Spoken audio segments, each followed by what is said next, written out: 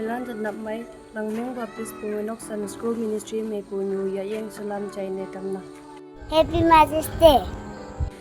Anyo nang ya yang hang sin yong po hang ni phay o pay na yo.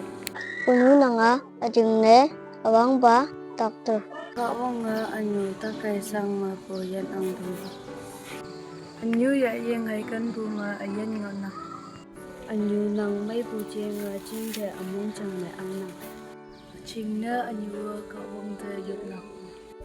Kan bu anyu ka wang bu nga amay niyo tam. Ching na anyo ayan payupan. Anyo kan bu o pe o kan niya. Takasang man de kan bu anyo nga winjay tudel mo. Kawang kan bu anyo ching law atam sa. Ajing awang ba la niyo masaya kan bu anyu. Anyo ya yang ching fayo sa law katang fayo sa taw.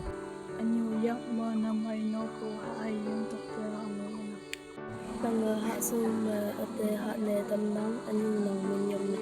Anyo fa pu con chong fay chin de tôi ken.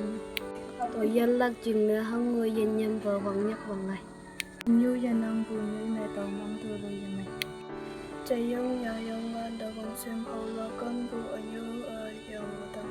Cả tụi như chỉnh nên nàng ở như hà bôi ở chỉnh nên nàng ở cả tụi Anyo taw nang kan bu au pe o min lak min pe. Anyu ayan jing ne bu li amay. Som pong hi pa me pu an ong pu teng si. Unyu nang nok mai le nang ka ma to mong tu yo ya mai nang nok ma ngo su na to mong tu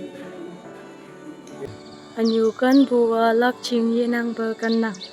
che ne yen bu na ne o ka ji ne sang na yo ni in hai nhai bu bai nham mai bu me trong lak jing me no wa tam Ajing ne anyo ka to nyu ta kay sang pu me hok na. tôi chung tam lak jing ne anyu mai yang ai sang ai bu yang Anyo kan bu ma mong mai hayang a chung mai ngok.